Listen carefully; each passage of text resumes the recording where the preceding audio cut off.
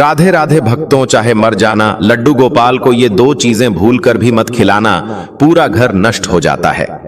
भक्तों, एक बार मेरे साथ पूरी श्रद्धा के साथ कमेंट सेक्शन में लिखें, जय श्री कृष्णा, राधे राधे। भक्तों, जब भी हम हिंदू धर्म में पूजा तथा पूजा घर की बात करते हैं या फिर लड्डू गोपाल की बात करते हैं, तो भक्तों घर घर में काफी सारे लोग जो भी कृष्ण भक्त होते हैं वो सभी अपने घर में लल्ला को जरूर रखते हैं। हर घर के मंदिर में प्रायः लड्डू गोपाल देखने को मिलते हैं, पर कुछ लोग शुरुआत में तो भगवान को स्थापित करने के नियम का पालन करते हैं, लेकिन धीरे धीरे बाद में नियमों को अनदेखा कर देते हैं। भक्तों, अगर आपके घर पर लड्डू गोपाल है तो लड्डू गोपाल की सेवा के अलावा रोजाना के कामों में भी कुछ नियमों का पालन करना आपका धर्म बनता है। आज हम प्राचीन ज्ञान चैनल के माध्यम से आपको बताएंगे कि किस प्रकार से आप अगर घर में अपने लड्डू गोपाल रखते हैं तो आपको एक छोटी सी भूल नहीं करनी चाहिए, वरना आपकी सारी सेवा बेकार हो जाती है। एकदम सच्ची बात है। उन करोड़ों कृष्ण भक्तों द्वारा जो अक्सर अपने जीवन में लड्डू गोपाल की नटखट शरारतों के प्रत्यक्ष अनुभव और दर्शनों का महासौभाग्य पाते हैं। जैसे कोई छोटा सा मासूम बच्चा हो और आप उसको पीठ दें, लेकिन फिर थोड़ी देर बाद आप उसे प्यार से बुलाए तो वह अपनी मां को भूलकर आपके पास खिलखिलाते हुए चला आता है। उसी तरह से कोई बड़े से बड़ा पापी भी अगर अच्छा इंसान बनना चाहता है तो वह भी प्रेम से अगर लड्डू गोपाल को प्यार से बार बार बोलता है तो लड्डू गोपाल ठुमक ठुमक करके हंसते हुए उसके पास पहुंच जाते हैं। हमारे शास्त्रों में लाड़ लड़ाने की बड़ी महिमा बताई गई है। कई लोगों को तो पता ही नहीं होता है कि लाड़ लड़ाना किसको कहा जाता है। भक्तों, लाड़ लड़ाना वो तरीका है जिससे अनंत ब्रह्मांड को जन्म देने वाला, पालने वाला और नष्ट करने वाला परम सत्ता आपके बंधन में बंध जाता है। अब यह आपके ऊपर है कि आप उन्हें किस रिश्ते में बांधना चाहते हैं। भक्तों, आप जिस भी रिश्ते से सबसे ज्यादा प्यार महसूस करते हैं, चाहे वह बेटा हो, भाई हो, भतीजा हो, भांजा हो, कोई भी रिश्ता हो, उसी रिश्ते से बिना किसी संकोच के बाल गोपाल को जोड़े और फिर कुछ दिनों तक उस रिश्ते को नियम से निभाएं। आप चमत्कार देखिए, कुछ दिन बाद भले ही आप उस रिश्ते को भूल जाएंगे, पर आपके लड्डू गोपाल नहीं भूलेंगे।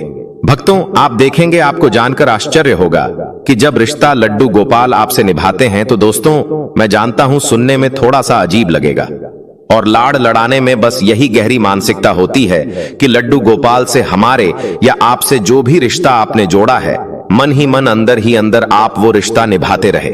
और मन में अगर भावना करने में दिक्कत आ रही है तो आप चाहे तो कोई भी मूर्ति या किसी भी तस्वीर का सहारा ले सकते हैं। अगर मन में लड्डू गोपाल को खाना खिलाने में एकाग्रता नहीं हो रही है तो मूर्ति के सामने भोग लगाएं, दोनों में कोई अंतर नहीं है। इस प्रेम की सच्ची गाथा मैं आपको एक छोटी सी कहानी के माध्यम से बताता हूं। भक्तों, आपको सुनकर बहुत ही आश्चर्य होगा। एक बार की बात है, दो बूढ़ी औरतें थीं। दोनों ही वृद्ध स्त्रियां थीं, दोनों पड़ोसन थीं और उन दोनों में बहुत ज्यादा दोस्ती थी और उन दोनों का संसार में कोई नहीं था, इसलिए एक दूसरे का हमेशा साथ देती थी, एक दूसरे का हाथ बंटाती थी। एक स्त्री उसमें से हिंदू थी और एक जैन थी। जो हिंदू थी उसने अपने घर में लड्डू गोपाल को विराजमान किया हुआ था और हर दिन बड़े ही प्रेम से लड्डू गोपाल की सेवा करती थी, उनको स्नान कराती, धुले कपड़े पहनाती, दूध फल आदि भोग अर्पित करती है। भक्तों, यह उसका नियम था। वह स्त्री लड्डू गोपाल के भोजन का विशेष ध्यान रखती थी। सर्दी हो, गर्मी हो, बरसात हो, हर समय हर मौसम के हिसाब से लड्डू गोपाल को खाने की चीजें, नए वस्त्र, खिलौने आदि बाहर जाती तो भी लेकर आती थीं। लड्डू गोपाल के लिए उनके मन में बहुत ज्यादा प्रेम था और हर समय सेवा भाव में लगी रहती है। भक्तों, एक बार हिंदू वृद्धा 1 महीने के लिए तीर्थ यात्रा पर जा रही थी। दूसरी स्त्री को भी उन्होंने चलने के लिए बोला, किंतु वह अधिक वृद्ध थी, इसीलिए उन्होंने मना कर दिया। अब कुछ दिन बाद वो हिंदू वृद्धा तीर्थ यात्रा के लिए निकल गई। उसके जाने के पहले उस पहली वाली हिंदू औरत ने उनको लड्डू गोपाल की सारी सेवा समझाई और पूछा कि आप लड्डू गोपाल की सेवा कर लोगे। जैनी स्त्री ने हां बोल दिया और शुरू से वह बहुत उत्साहित थी कि उसको लड्डू गोपाल की सेवा का अवसर प्राप्त हुआ था। उस दिन उसने बड़े प्रेम से लड्डू गोपाल की सेवा की भोजन कराने से लेकर रात तक के शयन तक कराया। भक्तों सभी कार्य पूर्ण श्रद्धा के साथ किए और जैसे जैसे बताया था जैनी स्त्री ने वैसे वैसे किया और वह अपने घर शयन के लिए चली गई। भक्तों जब अगले दिन वह लौटी लड्डू गोपाल की सेवा के लिए तो उसने लड्डू गोपाल को स्नान कराने की तैयारी की और जब वह लड्डू गोपाल को स्नान करने लगी तो उसने देखा कि लड्डू गोपाल के पांव पीछे की ओर मुड़े हुए हैं। उसने पहले कभी लड्डू गोपाल के पांव नहीं देखे थे, जब भी देखा था उनको वस्त्रों में देखा था। भक्तों अब वह यह नहीं जानती थी कि लड्डू गोपाल के पांव हैं और ऐसे घुटनों के बल बैठे हुए लड्डू गोपाल के पांव पीछे की ओर देखकर वह डर गई। सोचने लगी, यह मेरे लड्डू गोपाल को क्या हो गया, इनके पांव कैसे मुड़ गए। भक्तों उसने उस हिंदू वृद्धा से सुन रखा था कि लड्डू गोपाल जीवंत होते हैं। उसने मन में विचार किया कि मैं इन पैरों की मालिश करूंगी, हो सकता है इनके बाम से ठीक हो जाए। भक्तों बस फिर क्या था, भक्ति भाव में डूबकर वह भोली भाली जैन वृद्धा महिला ने लड्डू गोपाल के पैरों की मालिश शुरू कर दी। इसके बाद वह नियम से रोज 5 बार उनके पैर की मालिश करने लगी और उस भोली भाली वृद्धा की भक्ति देखकर, प्रेम देख करके ठाकुर जी का हृदय द्रवित हो उठा। भक्त वत्सल भगवान ने अपनी करुणा, अपना प्रेम उस वृद्धा पर उड़ेल दिया और एक दिन प्रातः जैन वृद्धा ने देखा कि लड्डू गोपाल के पांव ठीक हो गए, वह सीधे खड़े हो गए थे। यह देखकर वह बहुत खुश हुई और दूसरी स्त्री के आने की प्रतीक्षा करने लगी। कुछ दिन बाद दूसरी वाली स्त्री जो हिंदू स्त्री थी वह आकर के लड्डू गोपाल के उसने दर्शन किए तो डर गई और रोना शुरू कर दिया और अचंभित हो गई और पूछा कि मेरे लड्डू गोपाल कहां गए। यह सुनकर जैन ने उनको सारी बात बताई और यह बात सुनकर कि वह वृद्ध स्त्री सन्न रह गई और उनको लेकर के अपने घर आ गई। वहां जाकर उसने देखा कि लड्डू गोपाल मुस्कुरा रहे थे।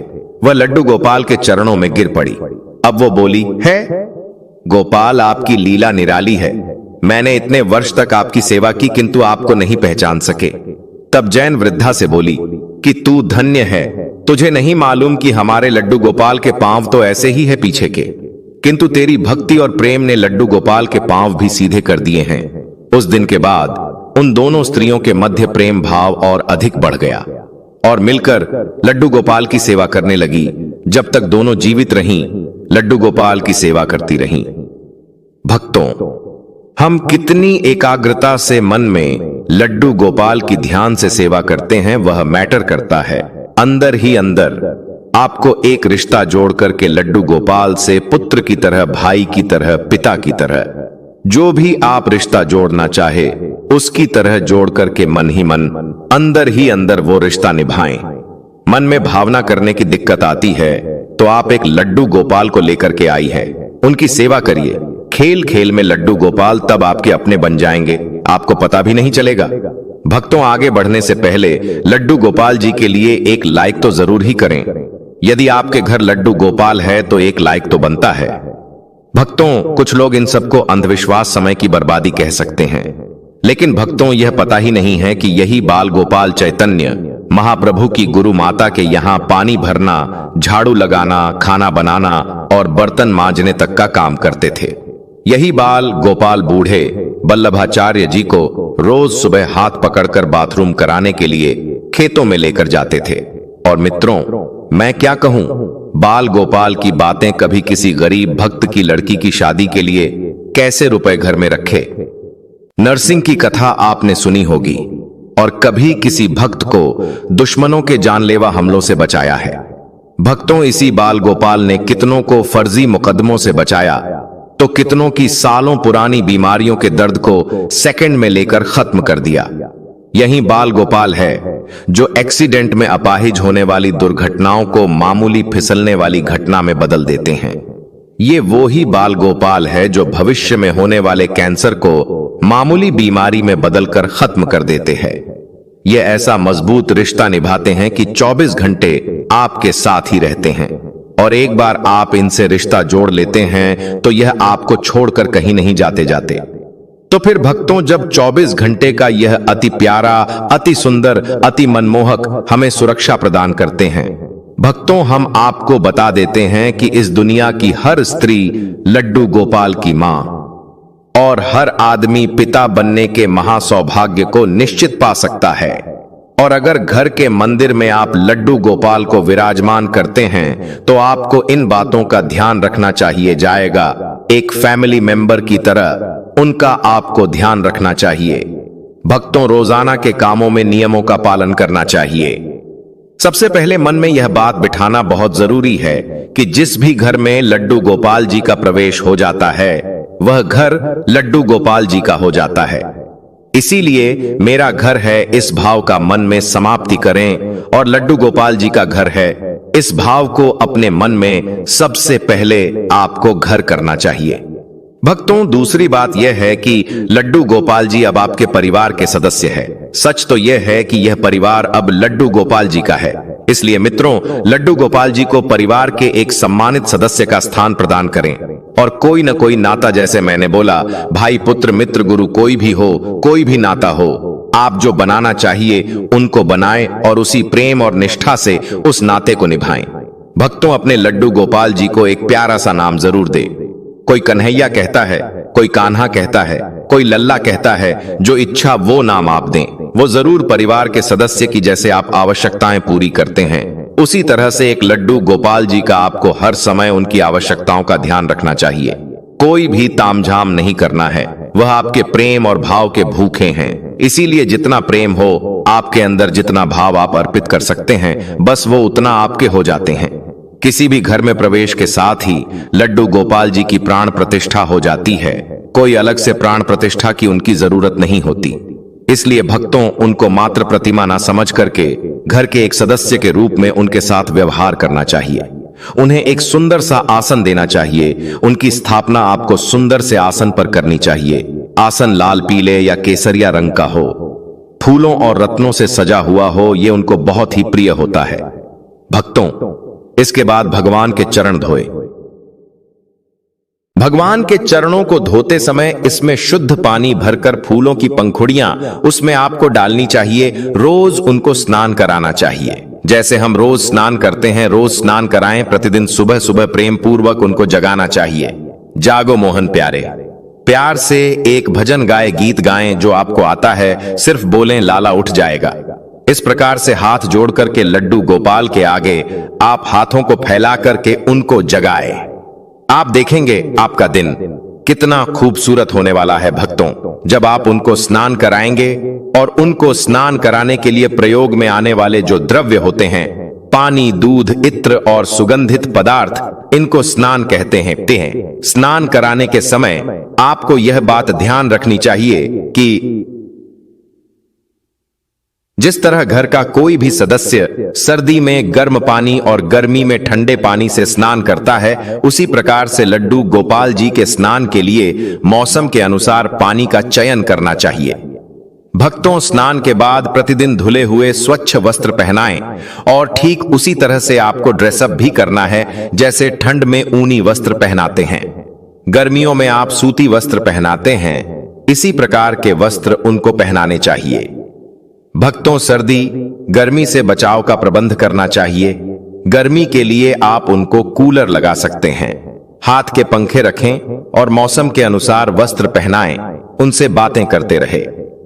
जब आप उनका श्रृंगार आदि कर रहे हैं तो लड्डू गोपाल से प्रेम पूर्वक बातें करें। उनके साथ खेले। जिस प्रकार घर के बाकी सदस्यों को आप भोजन कराते हैं, उसी प्रकार से उनको भोजन कराएं।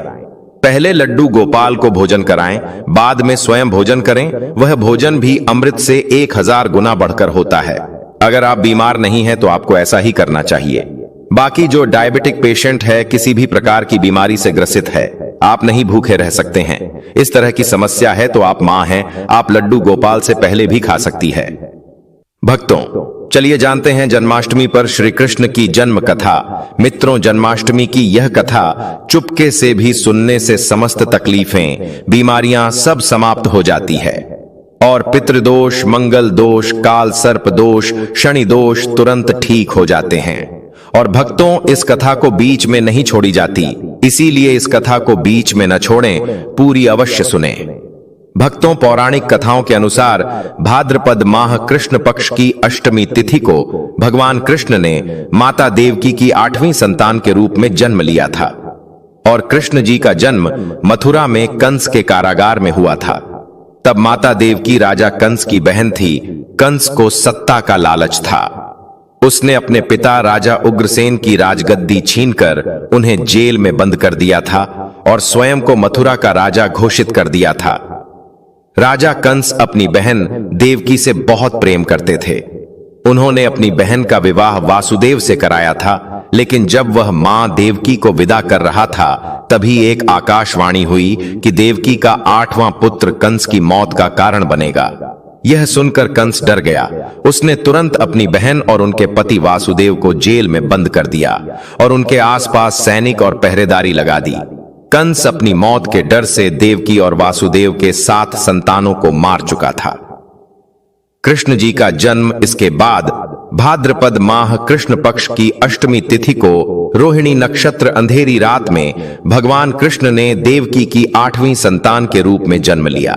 श्री कृष्ण के जन्म लेते ही कोठरी प्रकाश में हो गई और आकाशवाणी हुई कि विष्णु जी ने कृष्ण जी के अवतार में देवकी के यहाँ जन्म लिया है। उन्हें गोकुल में बाबा नंद के पास छोड़ आए और उनके घर एक कन्या जन्मी है, उसे मथुरा लाकर कंस को सौंप दे। आकाशवाणी सुनते ही वासुदेव के हाथों की बेड़ियां खुल गई। सभी पहरेदार सोने लगे। कान्हा को एक टोकरी में बाल गोपाल को रखकर सिर पर रख लिया और गोकुल की ओर चल पड़े।